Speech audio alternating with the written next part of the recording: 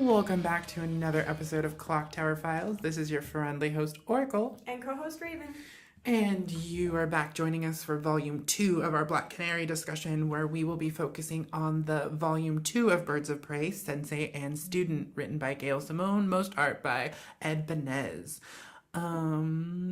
We are introduced to Senator, I think his last name is Pullman, at the end of the last volume, and he will be our kind of big antagonist for the next volume. He ends up sending out a hunt for Oracle and kidnapping her, amongst other women who's trying to figure out who Oracle is, thanks to the information of Savant. And while all this is going on, Black Canary goes to Hong Kong to visit her dying sensei, and we get introduced to a new host of characters, or reintroduced in some ways to a host of characters. I really liked, I like this volume a lot, but again, strictly speaking, for Black Canary, again, we get a chance to delve into the Black Canary that's never really taken anywhere else, even in early Birds of Prey with Chuck Dixon, who does a good job of portraying Dinah. We don't really get to see the history of Dinah, and certainly not really in any other books, and definitely not in any Green Arrow books. So we get to see kind of a little bit of world building, which every other superhero gets. We get to see that Dinah has traveled the world a little bit, that she has trained with multiple masters and instructors across the globe, that she's not just this generic good fighter, but she is a trained fighter. This is what, she does. Where up until, now, as far as I know, she's really just kind of been trained by the Justice Society and her mom. She doesn't quite have that worldliness and that extreme knowledge that, like Batman gets often portrayed with. So we get a little bit of that here, and we also, with that, get a further kind of insight to Dinah as a character and her thought process about things, and some analytical thoughts from her about things in her life. Like, even I liked the lines about having a father figure that, a lot of the superheroes don't, and I do, and even noting that Ollie is a little bit of a father figure, and she kind of projects that parental figure vibe to some of her lovers, and even she's like, I don't really want to think about that. Yeah. Let's not talk about that. Yeah. But even she's a little aware of it, even though she doesn't want to be. And that too, I think, is really appropriate and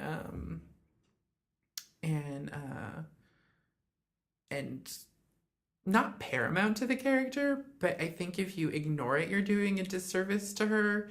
But if you focus on it too, you're doing a disservice to her. But it's definitely an important part of the Canary. To understand the Canary is to understand her love life and her weakness for men. And which that too, even I love that, again, Gail does a good job of not focusing on it, but throws hints at it. Like with the Ollie and the parental figure, and how she, even Savant, thinks he's a little handsome, even though he's breaking her legs and beating her. She's still like, oh, he's kind of attractive. Yeah. So as the intro of the story, I'm going to look up a quote really quick about Canary. But the intro of the story, Dinah's, getting out of the taxi. What did you think about her introduction to her sensei and a little bit of her, history? I thought it was interesting. I didn't realize that she had so many, father figures, in all honesty. I know she had her own dad. But I want to say the Black Cat was probably also. Yeah, definitely Wildcat. Wildcat, I'm sorry, yeah. Wildcat, sorry. That's okay. It's easy to... There's a lot of cats running around. Yeah, because I remember him from the Justice series. League Unlimited. Yeah. Yes. But I know and that is intact in the comics. Okay, that is. We actually get it further down the line in Gale's run, and then again it's kind of referenced often with the whole Justice Society uncle vibe that they keep giving her, which I do appreciate that they keep repeating that. Yeah. That they keep keeping that storyline in there. I really appreciate, again, that's why I love the DC universe, this concept of legacy, and everyone, not everyone, but so many characters are connected to other characters, and there really is a history there, which I don't think you get in a lot of other comic companies, because they're always just focused on like the same thing or the same characters or the same story. You don't get, even though you have broad universes, you don't have the interpersonal connection and love that really seems to spread throughout the DC universe, and especially through the main Justice League and Justice Society. There is a true kind of familial vibe that doesn't quite happen as often or as true in other comic universes. Marvel. I'm kidding, not really. So I have my quote, and you've probably been dying in suspense because I've been talking about this quote for 2 weeks practically, if not a little longer. So this is from Chuck Dixon. This is from an interview he gave on the Batgirl to Oracle podcast about his writing Batgirl Year One. But he said something about Black Canary that I thought was super important, and really defines a weak spot she has, which again is kind of poked fun at but never really explored. So this is a quote from Chuck Dixon. For me, the defining thing about Black Canary is, why would she stay with Oliver Queen for so long? And that's like a flaw. I see that as a flaw in her character. It's not something to dislike. Anybody can make a mistake like that. But geez, your judgment is not very good. And she really needed Barbara Gordon in her life to give her focus and more of a mission. That is Chuck Dixon from the interview on Oracle to Batgirl to Oracle podcast. So, is that not... Oh my god, that is 1000% accurate. That is the most accurate quote I've ever heard for the Black Canary. It is. It's that too. That's when you know a writer really understands a character. That in an offhand interview, just kind of talking, shooting the breeze about his opinions about the character, that you find gems like this that, yep, that guy really knows what he's talking about. And it's true. And again, it's never really explored that much in an in-depth way. Like we as readers constantly kind of talk about it, like you see, and like it's often brought up with like the Arrow TV show because he again cheated on Dinah and caused all this drama that really caused the whole premise of the show. But it's a reoccurring theme in the comics that like Dinah and someone will bring up like, oh, Ollie cheated on you, or oh, like you don't have the best track record with men. But it's never really explored why she has this bad track record with men. Why does she stick with Ollie? Why does she like Ollie so much? We just constantly kind of have to accept as readers that yes, this happened. Yes, they keep bringing it up. And yes, she likes him or them or, whoever. But it's never really explored. And it's true. Her weakness is men. And it is interesting because why? Like if she didn't have a father figure, at least you could play that like, oh, she's just constantly trying to fill this void,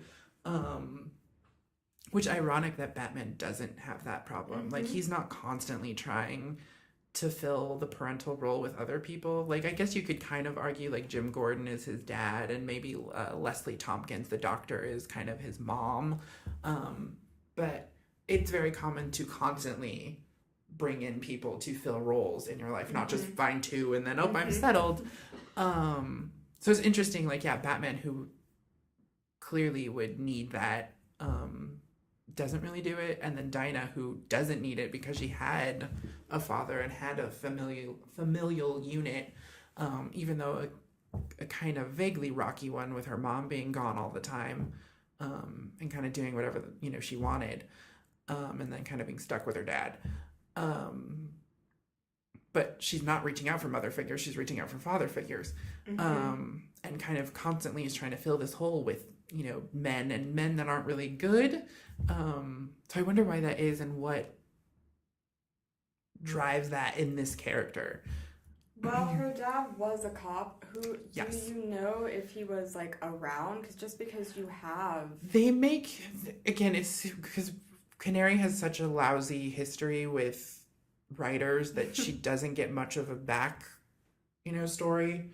And two, for a long time, which we haven't gotten into because we're strictly discussing modern age Black Canary, there was all that, she was Dinah Drake, then she married Larry Lance, and then they get into the weird comic continuity history soap opera drama where it was like mind swapped from her mom to her daughter, and she was, all that craziness. But in modern continuity, you don't get a ton of background. The little tidbits you get there, they do kind of act like Larry was around and Dinah was busy off being Black Canary 1 and she didn't, Interesting. They make it seem like, he was more involved. But on the same token, of course, certain writers in a few scenes, they kind of make it like, oh, Dinah was kind of by herself and, was just constantly worried about her parents dying because one was a superhero and one was a cop. So it's kind of pick and choose as who's writing and what suits the story when they need it. So it's very vague, unfortunately, because no one's really delved into the history of, the actual history of, Dinah's childhood or even the early years of Dinah Drake. But there is a consistent theme of, she cares for her father. And there seems to be some closeness there, so he must have been around, those nods must be true because that's a reoccurring theme. And there is constantly this kind of grudge, tension between Dinah Sr. and Dinah Laurel, Dinah Jr., who, there just always seem to be a little bit of friction, and they kind of nod to it the most that, yeah, like, you picked being Black Canary over being my mom. But again, that's never truly been fleshed out. It's just kind of what writer wants to do at the time for a second. You would need to know what the writer was thinking. Yeah. In order to be able to better answer that question, because there's too many variables and it seems like there's too much to everything. There's a lot going on here, so open-endedness there, so you can't really answer the question. Not properly, anyway. Yeah. So we get introduced to, getting back to the story, getting introduced to one of her senseis. He's dying. And then we get introduced to Lady Shiva, and we find out that she too has trained with this same master. And Lady Shiva and Black Canary are his most masterful students. And again, I like this just because, again, just like the Black Canary and Oracle one-shot, I appreciate the fact that Dinah gets these kind of nods to like old martial arts archetypes where she, there's always the, vengeance of my master in like every martial arts movie ever. So I appreciate that Dinah gets just a little further integrated into this. She is a martial arts character. She's, again, just kind of further driving her away from I'm just pretty to look at and I'm just this token female, like first female that she often gets kind of given. She is got some cred of her own and a history of her own.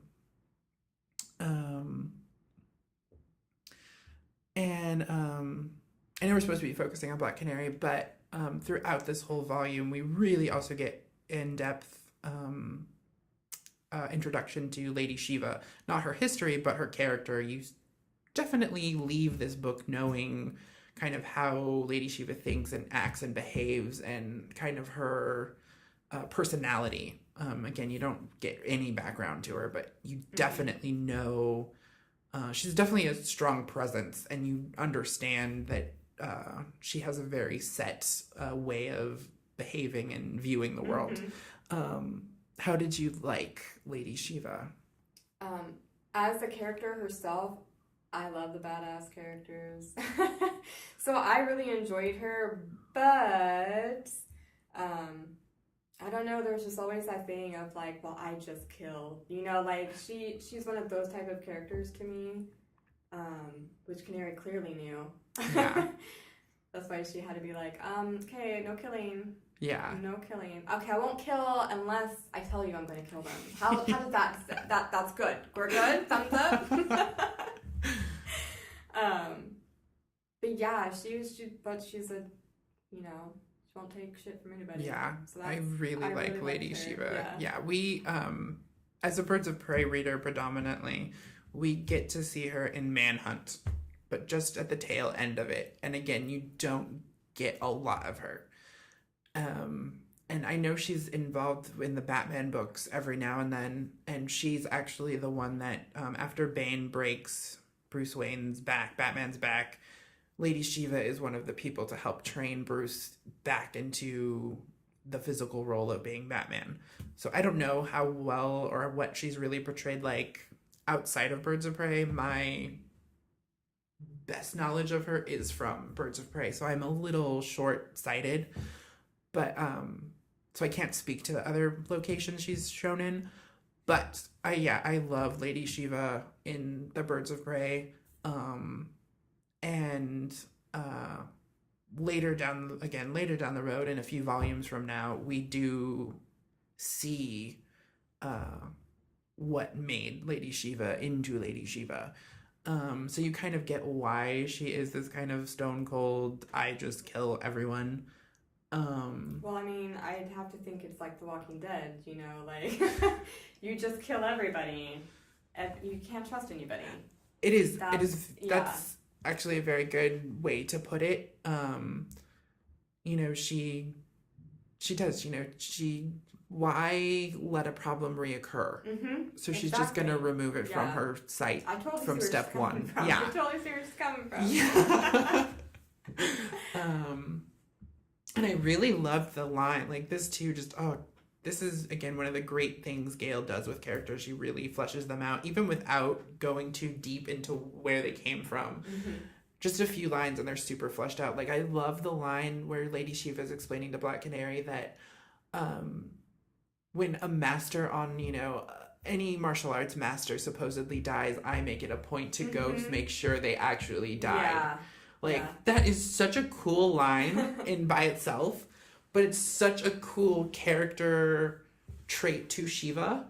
And I don't know, I don't even know how to wrap my head, verbalize my feelings on it. But it's just such a kind of profound, again, just, you definitely, no questions, understand that she's very serious and she's not to be messed with. Just from that line alone, you don't have to know anything else about Lady Shiva. If you just got one panel of her saying that, you're just like, oh, I already don't want to mess with her. Yeah. So yeah, I just really like, I had to throw some light on that line. I just really liked it. But going back into Black Canary, you see the dynamic between her and Shiva play throughout this whole story. And again, it plays out a few volumes from now, where we learn the back history of Lady Shiva and what happens to this offer of, will you be my apprentice? And I do too also like the vibe of kind of the good cop, bad cop Lady Shiva and Canary have. And again, more kind of hypocrisy from Dinah. Oracle would never find herself in this situation. Dinah constantly gets involved with bad guys. And that's a reoccurring theme in almost all of the Birds of Prey. She ends up in the company of bad people. And it is this kind of gray area where she kind of has to be friendly with them. And she might even like them a little bit. Where anyone else really wouldn't find themselves in that situation. Again, Oracle, you can maybe say Catwoman, Batgirl teams up with Catwoman, Barbara teams up with Catwoman a little bit, but Catwoman, as much as she likes to pretend she's a bad guy, she's not really that bad. But here we're talking about Lady Shiva, stone cold killer, totally vicious, and kind of likes to prove how vicious she is just to prove she's vicious. And then we end up joining up with Cheshire too, and she too is just a horrible person. Like, it's not even question. She is a horrible person. I feel she's worse than Lady Shiva. Oh, she's way worse than Lady Shiva. Because that too, like, Lady Shiva has a code. Like, she won't kill you just because you're walking down the street. Yeah. Like, Cheshire could be in a bad mood and you could be walking down the street and she'll kill you because she's moody. Where Lady Shiva kills you if you're an opponent. Yeah. I don't think she kills necessarily indiscriminately. Unless you do pose yourself as an opponent, then you're free game. Like, you know, like, again, an example, the gang at the docks. Like, they step to her, so she will just put them down. Yeah. Just because they're walking down the street or, you know, they're in the same room, she's not gonna kill them. Yeah. But because, yeah, you think you're brave enough or stupid enough to step up to me, then it's free game that you're probably gonna die. But yeah, Cheshire, she'll just... Yep. It's just all collateral damage to her. Just whatever. You're in the wrong place at the wrong time, you're gonna die, because it's just what needs to happen, because I'm doing whatever I want. And it always does. Like, Cheshire always just is doing whatever she wants. Like, there's always rhyme and reason, but it's always like, well, again, this is because of her dad. Sometimes it's because of her daughter. Yeah. Sometimes she's mad at an ex. Sometimes she's paid to do it. Like, it's just like, it could be anything. Where at least Lady Shiva, there's usually a reason why she's killing people. Where, yeah, Cheshire is just... Well, there's this... Maybe it's in this book. I can't remember. Where Cheshire flat out says... Or someone says about Cheshire that, like, she blew up a nuclear bomb just to prove a point. It's just like, that's in one book. I don't know if it's in this. I can't remember. I can't remember either, but it's in some Birds of Prey or Secret Six, something, but that Gail wrote. Something related. And yeah, they're like, she blew up a nuclear bomb just to prove a point. Like, that's pretty accurate. You know, like, she'll just ruin everyone's day because she's making a point.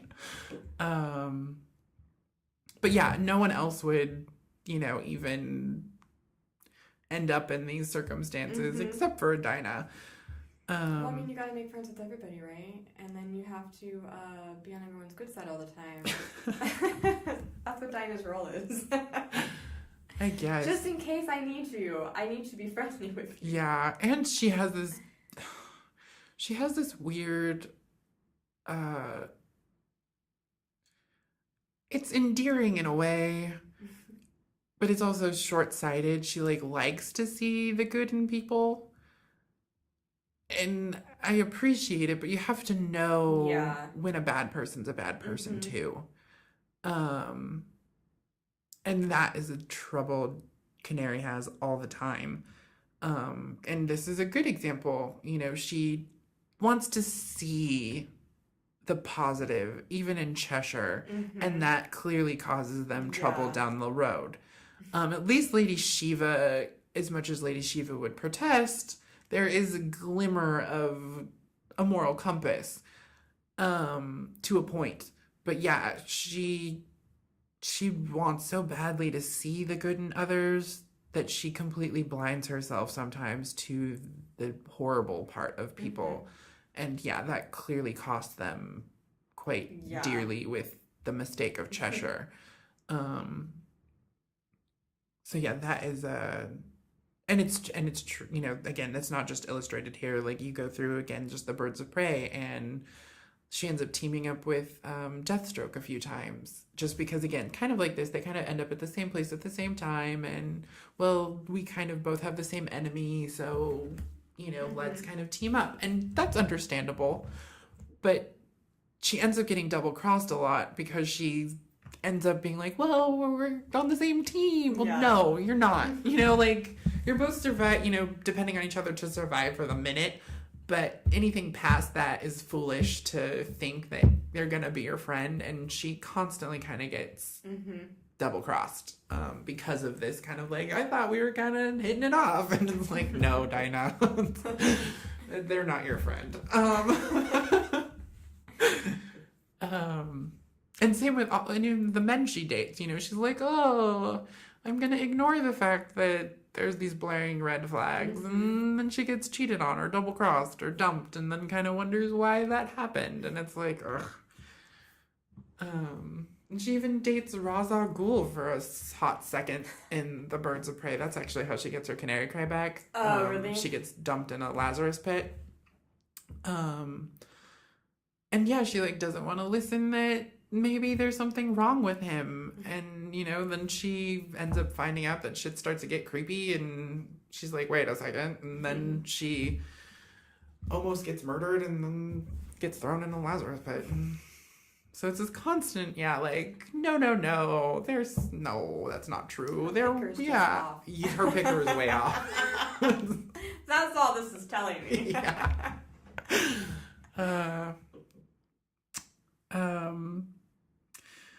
And then while all this is going on, like we already kind of touched on, Oracle's dealing with what we will later find out is Senator Pullman, who is, thanks to Savant, putting on a hunt for Oracle and finding out who Oracle is. And she starts, her computer system is compromised. Yeah. And her intel is way off multiple times. Things that are super basic, like just looking up a location, is drastically altered. And there seems to be, almost a joke to her intel switching. She's looking up a location for the Justice Society, and it's like at a Vegas pool party, and she's looking up a location for Batman, and she ends up sending him to an old folks, an old couple's home. There's a bizarreness to it, and she quickly learns that, okay, I'm not making mistakes. Something is very wrong with something internally. And then of course we start seeing that someone is spying on her. Someone is broken into the clock tower system. Which really also interesting, kind of nice touch too, is that she's taken out of the equation for Dinah. So Dinah, all this is going on, and Oracle's dealing with her own stuff. Dinah's really on her own with the psychos. Two murderous, deadly assassins, and Dinah has to figure it out for herself, because Oracle's not going to be able to help her because she's totally hip deep in her own chaos.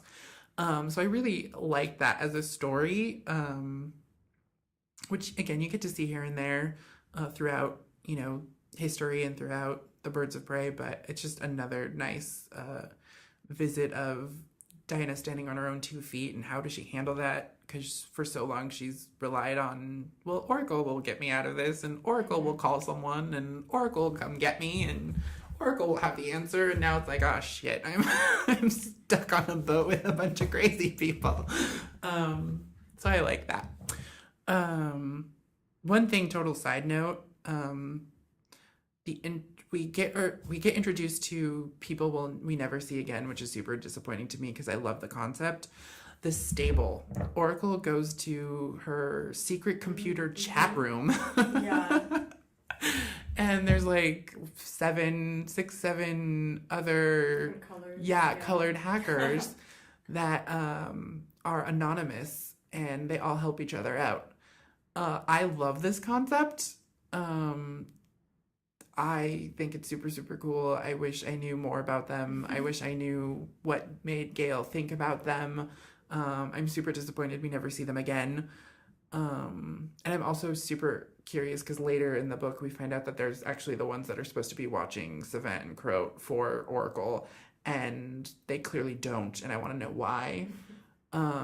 Which again we all find out later, but the stable is never brought up again. They appear in this book twice and never ever again.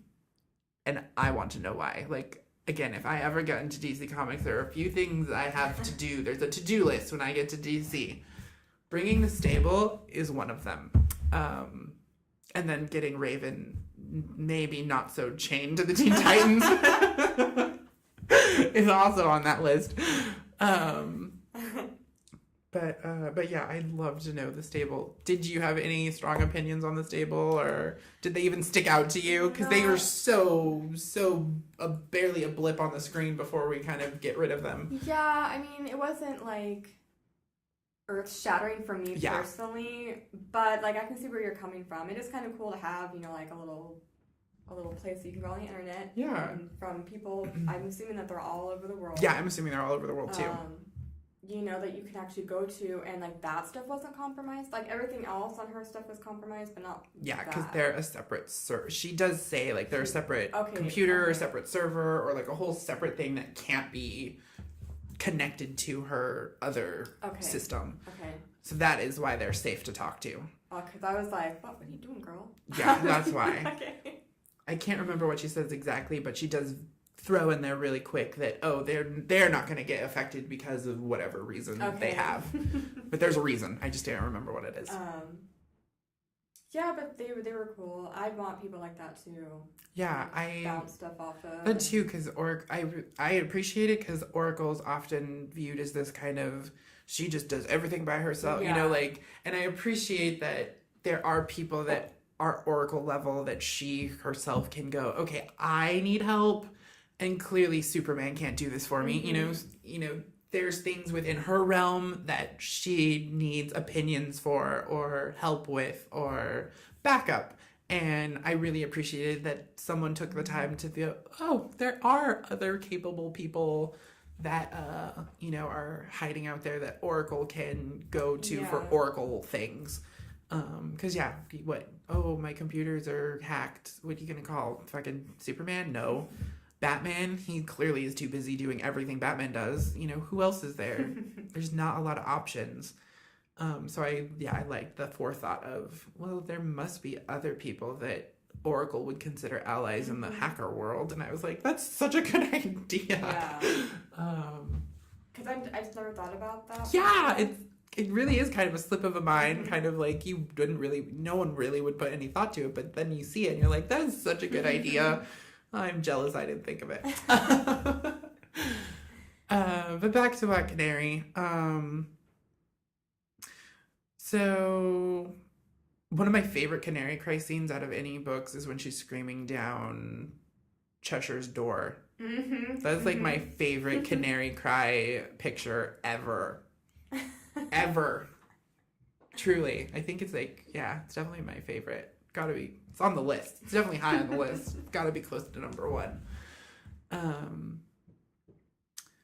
then I love the Lady Shiva's interactions with Dinah. And again, Dinah's so headstrong and in the moment and just thinking with her heart and not her head at all. And like Cheshire jumps out her apartment window and Dinah jumps out the apartment window and Lady Shiva's like, there are stairs right there. Yeah. Like, that would be me. I'd be like, I'm gonna go down with you guys. You guys have fun in the water. And that too is just like, that too is such again, someone understands these characters really, really well. Because Lady Shiva wouldn't jump out of, you know, like she would be way more practical about it, and Dinah would. She'd be like, "Oh, the bad guy's out the window. I guess I have to go too." And it's just like we don't have to put ourselves in bodily harm in order to get the bad guy. We have to catch him as fast as we can. And I like that. And two, not only going from a practical stance, which Lady Shiva is very practical, it's also kind of this kind of hunter-prey vibe, and Lady Shiva is a little bit more on the, like, I'll get them. You know, like, I like the hunt. And Dinah's just like, I'm here, you know, like, in the moment, just so in the moment. So here, right now, I have to do this, and out the window she goes. And again, just a really good understanding of the characters and where their mind goes, you know, they're gonna go down the stairs. You're a stair person or a window person, and we clearly know who's who. So I really appreciated that, and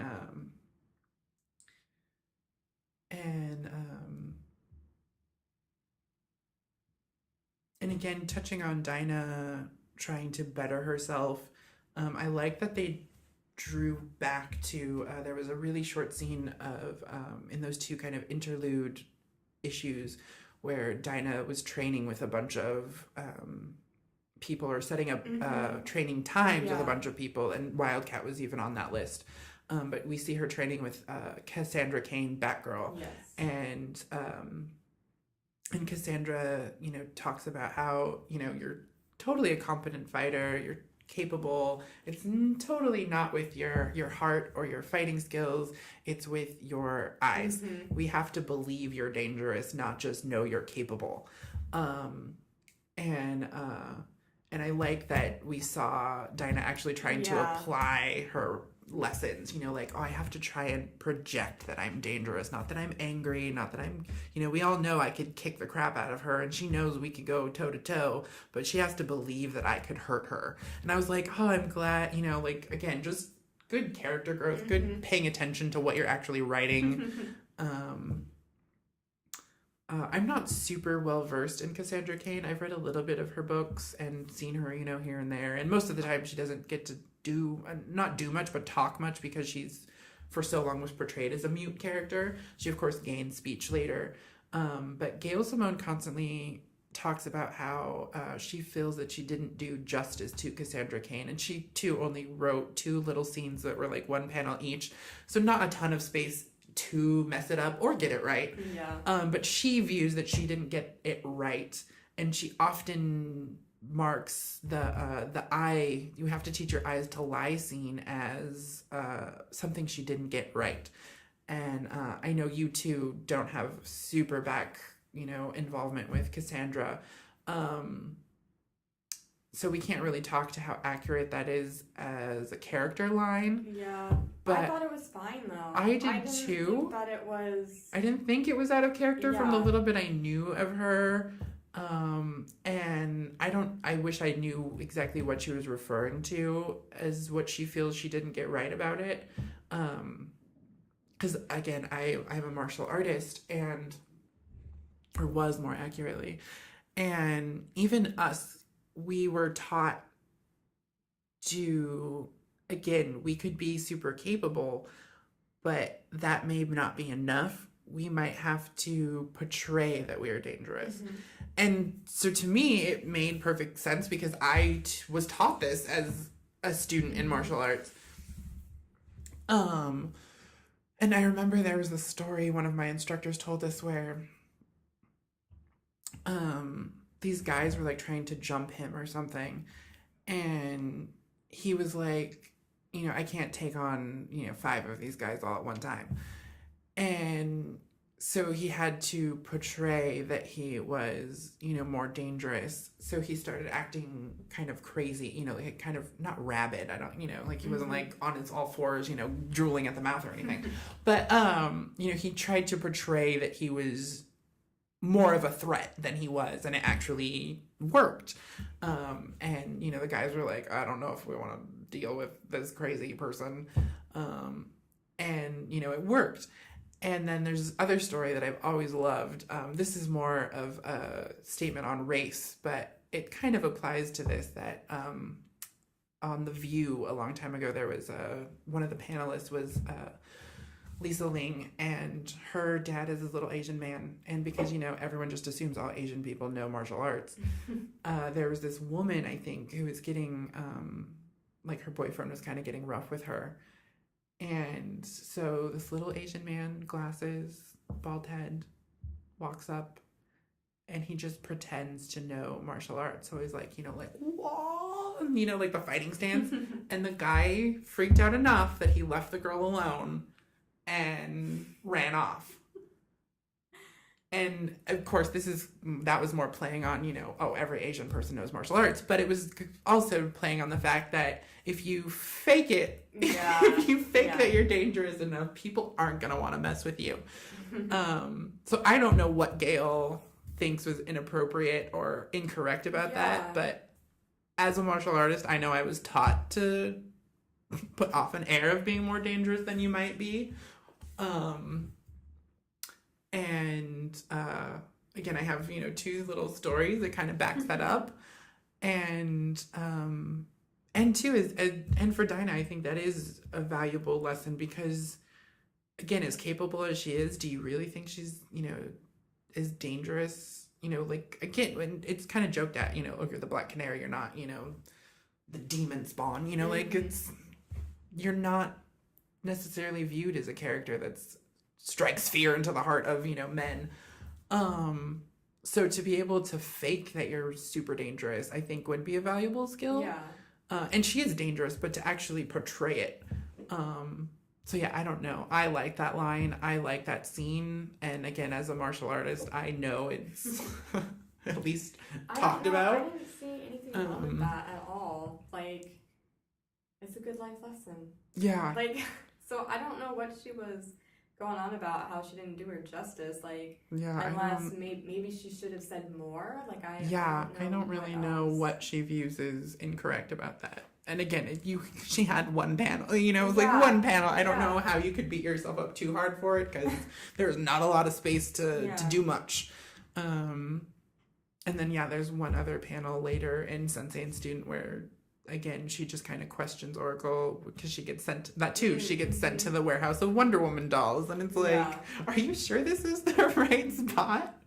So I don't know what Gail thinks or views as incorrect, but don't be too hard on yourself, because I actually like the we have to teach our eyes to lie line. So I was just curious, as an outsider, what you thought. But so then we, again, jumping back to our story, Oracle is now kidnapped. Dinah is still stuck on her road travels with the assassins. Yeah. And we all end up back up in Gotham. We already have a minor poisoning thanks to Cheshire. Yeah, poor Canary gets poisoned. Yep. And two, again, I love the dynamic between Dinah and Shiva, where even Shiva has kind of become her protector. Mm-hmm. And Cheshire kind of jokes at it and gets a good knocking in the face for it. But, because that too, Lady Shiva too doesn't like to be reminded that she's a person. So I like that dynamic. Did anything else before we get to the big saving Oracle and Canary, stopping Cheshire and the guards part of the story? Was there anything else that you wanted to note or stuck out to you? No, nothing else. Nothing of importance in my notes here. Okay. So we can go ahead and move on. Okay, so Oracle being that was one thing. So Oracle's been kidnapped, and I love the line that she says about being kidnapped, that Dinah is never gonna let me live this down. That she got caught by... Yes, by morons. Yeah, by morons. Dinah's never gonna let me live this down, being captured by morons. Assuming I tell her, of course. And I know I would say that. So again, I was just like, that's Oracle, like, her and I, same wavelength. I feel you, girl. Like, but yes, Oracle, being the clever character she is, finds a way to get a message out to the clock tower, assuming that Dinah would be there. And of course, Huntress is broken in. And two, I also love the scene where Oracle should be worried about, escaping, and her first words are, "Why on God's earth are you in my tower?" Yeah. That too, I would have the same response. It's just like, we might want to focus on the bigger issue here. And I too would be like, why are you, like, I would be so taken back that you're answering my phone, that why are you here? Because you're expecting someone, and all of a sudden he's hearing this other voice, and you're like, how did you get in there? Yeah. What are you doing? What is going on? So I really like that scene. Anyway, so Oracle gets a message out to the tower. Huntress is there, and she has to rely on Huntress to now save her. Also interesting that that Gale has chosen Oracle now to call on Huntress twice to end up saving both of their asses. So another interesting kind of role reversal, and kind of humbling, like, okay, we've been kind of hard on her, and now she saved us twice. Again, just more character growth. Yeah. But I appreciate the weaving of these stories. So Oracle talks Huntress through the tracking and basically the cavalry call in, and leaves a note for Dinah. Huntress goes off riding on her motorcycle to the rescue for Oracle. Huntress is taking care of that, and she ends up getting face to face with Savant. Dinah has now made it back to Gotham, trying to figure out where Oracle went, and Shiva and Cheshire are left alone to their own devices. Another fun little scene. Like, I love and I think when I was reading this, I was like, oh my gosh, I think Sabrina's gonna like this scene. And it's such a short scene where Cheshire is sitting in the chair and she's like, I'm thirsty. And she was like, no, you're not. Yeah. And Cheshire's like, I'm hungry. And she was like, you're quite full. And then Cheshire's like, I have to. And she was like, no. Like, for some reason, that scene spoke to me. And I was like, Raven is really gonna like this scene for some reason. I don't know why I associated you with that. But I did. That's how I act. I am secretly Lady Shiva. It was just funny because, for some reason, my brain instantly associated you with that scene. I don't know why. Because I don't take crap either. I think that must be it. That must be it. It just made me laugh so much at home because I was like, I just have this gut feeling she's really gonna like these 3 panels. So, and then we have, of course, Cheshire is now poisoned Shiva, because she just can't go 5 minutes without poisoning someone. I know. She's all over the place. I was like, I don't understand why we brought her back with us. Like, I don't either. Should have just left her. Because Canary's insistent that everyone has a little good in them. Even though we've already been poisoned and blown up. Like, Shiva and been like, we're just going to take care of the problem. Yeah. At that point, like, bye. And then we have this wonderful speech by Cheshire about how the world is changing and how, there won't be physical assassinations anymore and everything will be digital. And which also, again, this is 2003, this book is written. Ironic that here we are in 2017 and our country is actually dealing with political assassinations that are word of mouth, that are released, released digital files, and that's just for everyone. Hillary Clinton released digital files.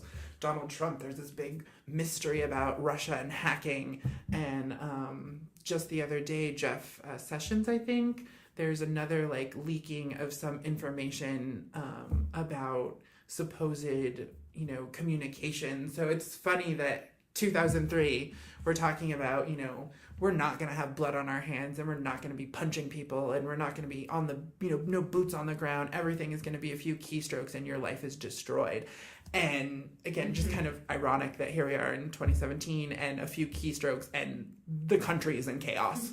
So a little bit of foreshadowing there. The robots are coming and they're going to take over. Technology will end us all. But yeah, I just thought that was a little funny that I'm reading this book and the news is literally blaring at me talking about the same thing. And then Canary sees Huntress's SOS at the tower, goes to save Oracle, and now we have our big final fight. This too, again, this is a part we were referencing earlier where, Canary's talking about how, people always ask me, why I don't use my cry. And, it's because I'm trained, to use my body. I'm trained to be, skillful. I just can't rely on the superpower. And two, which isn't talked about directly then, but we're also aware that Dinah has lost her power. So she also knows that we can't rely on that because it may not always be there.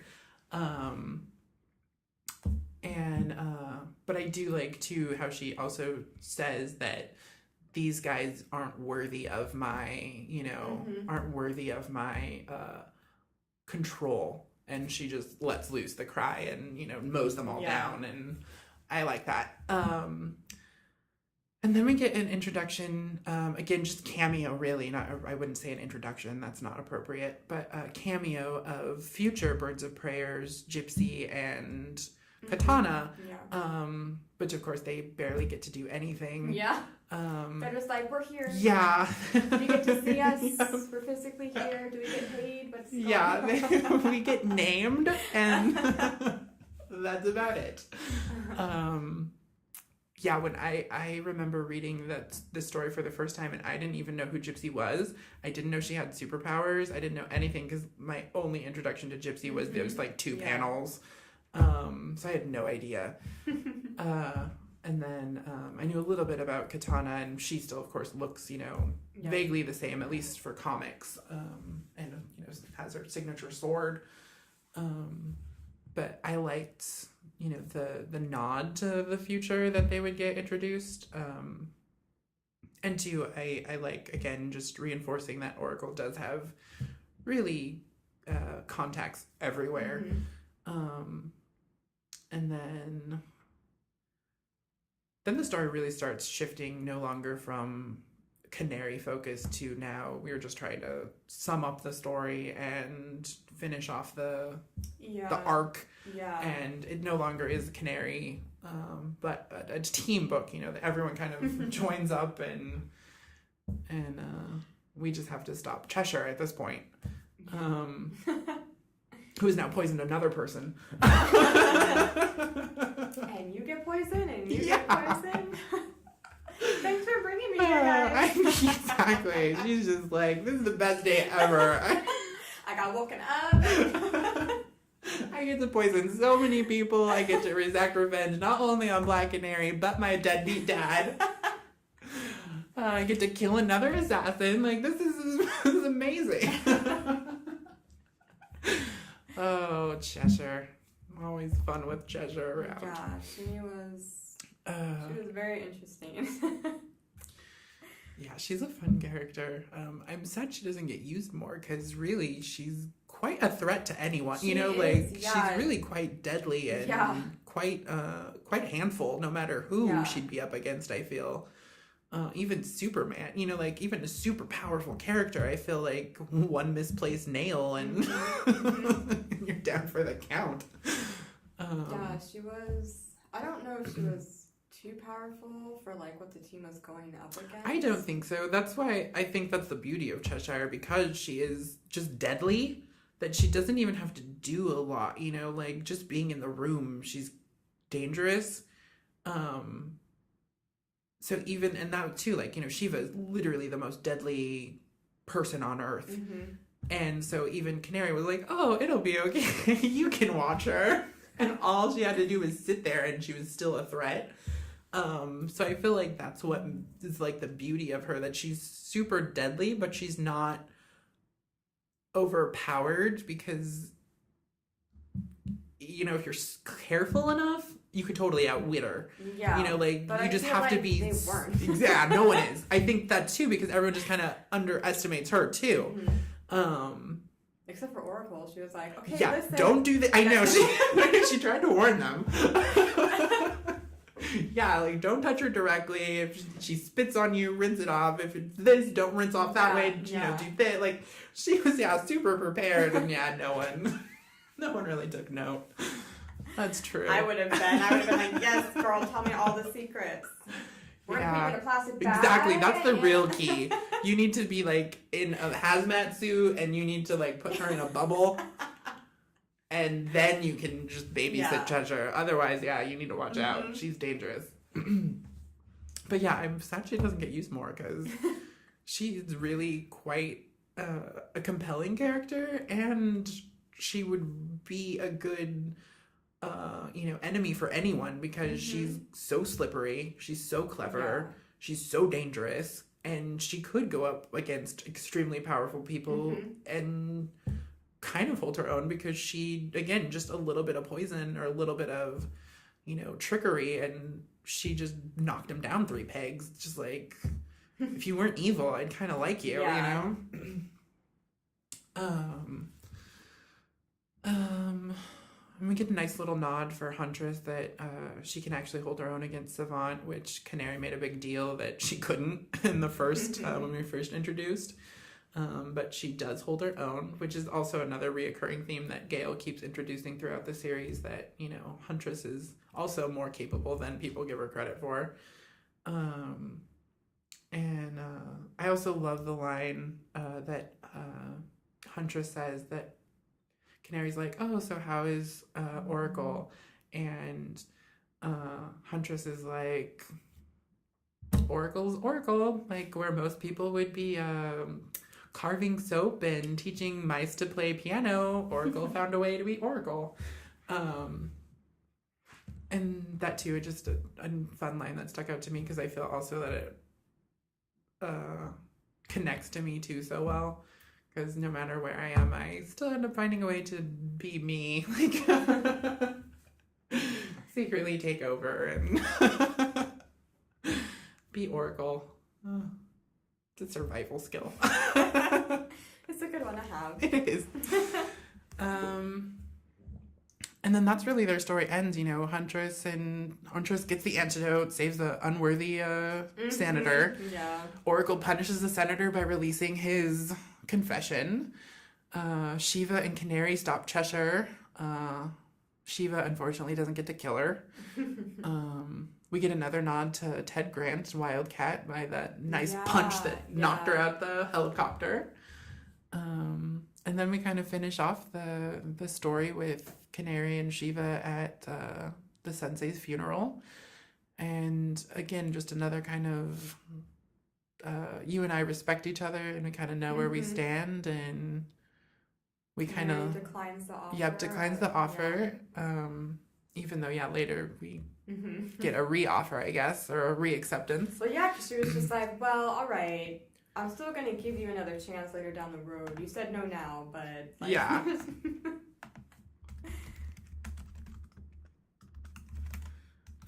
And then that kind of finishes off our story. Any final thoughts? It was nice to have sort of a more Canary-centered one with like Canary and not really like with Oracle in there. Because as much as I liked the other story and the little mini story that went with it, it was nice to be able to see an adventure with Canary, like quote unquote by herself. Obviously, she still had to have a sidekick, so Lady Shiva was chosen for that. But it's nice to see background for her, like actual background, to be like, I'm going to visit this person that trained me. And yeah, I enjoyed that part a little more. Not that Oracle wasn't in this one, of course. Yeah. But you know, like it was just nice to be able to see like what the character would do if they weren't. Because I don't know. I mean, obviously she wasn't on vacation, quote unquote. Yeah, not really. You know, no. Like, but Oracle obviously knew that Canary was going off and visiting one of her dying dads. So, yeah, it was just nice. It was different. Yeah, I really like the story. I know you said it before we got on air that it dragged on a little bit. And which parts did you find that dragged on? Just the jumping between the two stories of, that it kind of, like if we took out like all the Oracle parts and just focused on, would you find that it flowed a little faster or a little more cohesively? Yeah, maybe. Yeah, I don't know. I just felt like it was just dragging. I couldn't specify like what where, points in time, but for me, some of it, or maybe it was more towards the beginning, like, because again, it was just like Sensei is dying. Yeah. And then it was Oracle's having the computer setup problems. was slow. Okay, yeah, it was got it. Sensei, and then we Sensei dying, and then more Oracle computer was having problems. more That's computer true. problems. That's true. That stuff was going back and forth. I was just like, I get it. Because as soon as the first one happened with Oracle, I was like, something's wrong. Someone's hacked in. Like, I don't know if I'm just super aware or what's going on, but I was like, I already know the issue was going on with Oracle. And that's so a good point. Have that, like back and forth, like over and over again. Yeah, it was. That is a really good point. Trying to shove it down your throat. A little bit. Yeah, I'd never thought of that before, but now that, again, you point it out, I'm like, oh yeah, we did kind of hit ourselves over the head with the fact that, there's an issue. Well, yeah, how many issues do we need before we, how much smoke before there's fire? That is a very good point.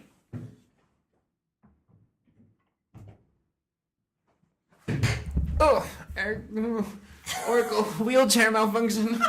He's okay. Funny little side note, the Birds of Prey TV show, they originally, which we'll get to one day when we do the show, they originally Oracle was in a real wheelchair. She trained for a real wheelchair, trained to fight in a real wheelchair, but then they made this fancy motorized one. And she, of course, was not prepared for that. And it was super kind of janky sometimes. So, like, she'd motorize herself to a desk, and then it wouldn't stop. So she would, like, slam into the desk. I saw that. And you can see it. You can see it, some of the scenes. Looking for it, I was like, oh, I wonder if this, and she was like, boom, and I was like, she braces herself, So funny little side story. She tried really hard. Yeah, she tried to make it look natural, but that chair is just slamming her around. But anyway, before we sign off, we didn't cover one thing that slipped my mind. There was the single issue that right before the sum up that exposed who the whole reason all of this was going on was. Senator Pullman's father was a foe of the original Black Canary, Dinah Sr. So really quick, let's talk about just that standalone episode that flashes back to Dinah Drake. Anything stand out for that issue for you? I don't really know if anything, like initially, like the startup again was just like sort of the introduction and everything. But it was kind of cool to see her mother in action. And I really liked her outfit, ironically, like more so probably than the more modern one. Yeah, I really liked that one. She had like a little logo. Yeah, the little belt. Yeah, a little belt logo. Cute. I know. I love that thing. I'm a sucker for the old costume and Dinah Drake in general. I really like the Dinah Drake character. And she rarely gets time to shine, and everything that really was Dinah Drake was really old. Everything was the 1940s and 50s. Yeah. So a lot of her books are super cheesy and, right of the time for comics.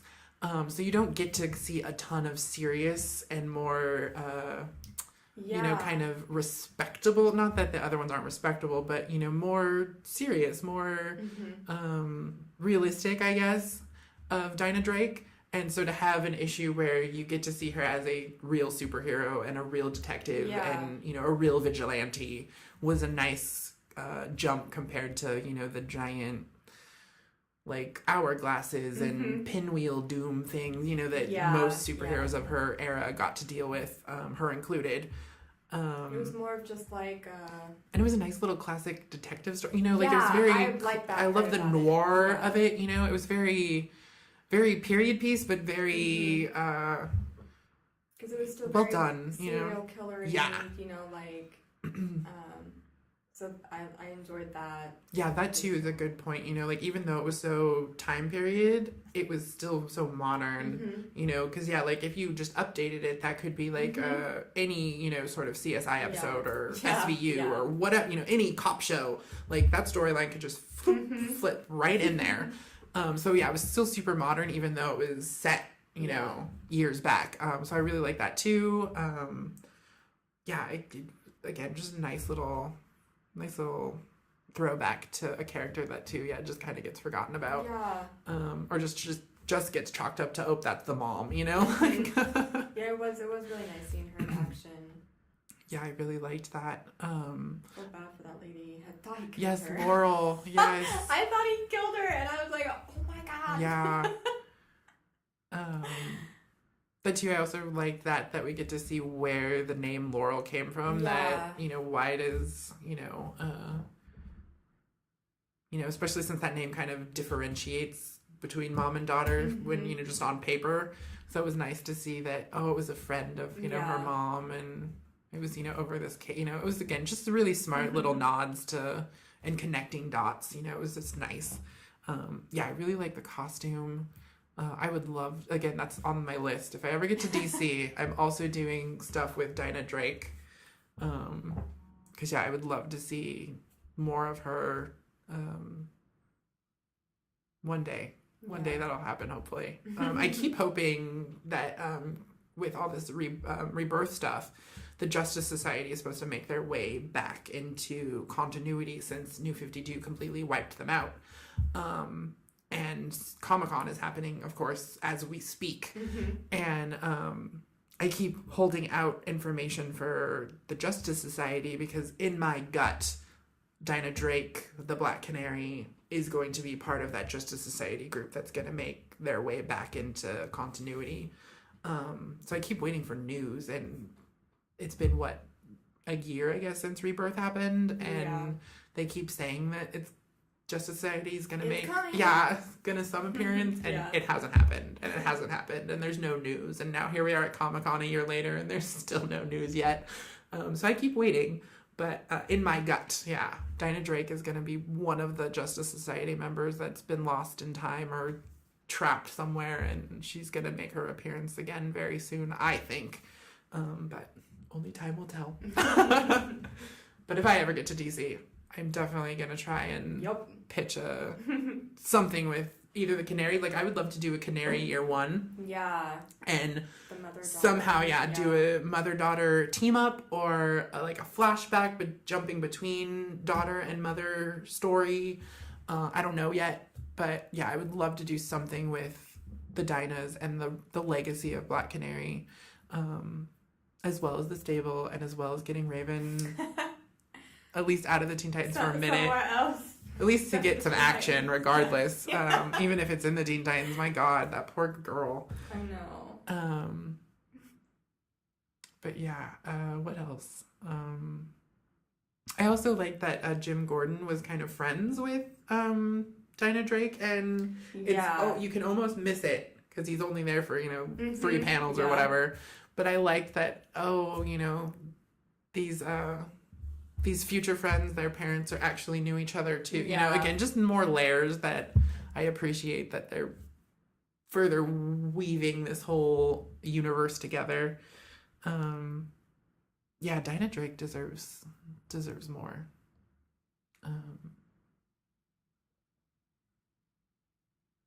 And too, I liked also that Dinah Jr.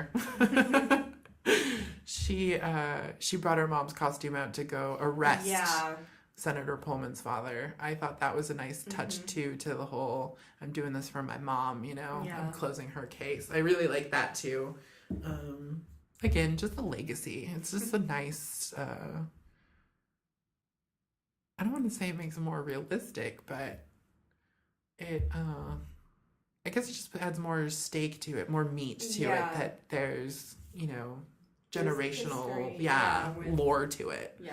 That we didn't know about previously. Because it wouldn't mean as much if it was a random character they introduced just for that, or it didn't happen at all. It was, again, it just adds to the heart of the book, I think. But I'm a sucker for legacy, so I'm biased. So I guess that brings us to the end of this episode. We are done talking about Black Canary for a little bit. Next episode is looking like we're going to do Huntress Cry for Blood.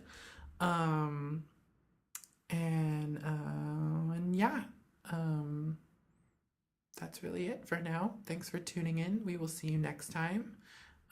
Again, you can find us on Stitcher, iTunes, Twitter, Tumblr, Podbean, which is our host, and Facebook also. And then if you don't have any of those or don't want to, you can always contact us directly. Oh, we're also on YouTube. I forgot YouTube. Did I say YouTube? I don't think so. I think I forgot it. We're now on YouTube. We're on YouTube. And you can always find us directly at our email address, clocktowerfiles@gmail.com. Thanks for joining us for the Black Canary episode. Maybe, too, one day we'll do a really short episode just talking about Dinah Drake, because she deserves something more than a single issue. But thanks for joining us for Black Canary. This is Oracle and Raven signing out. Bye.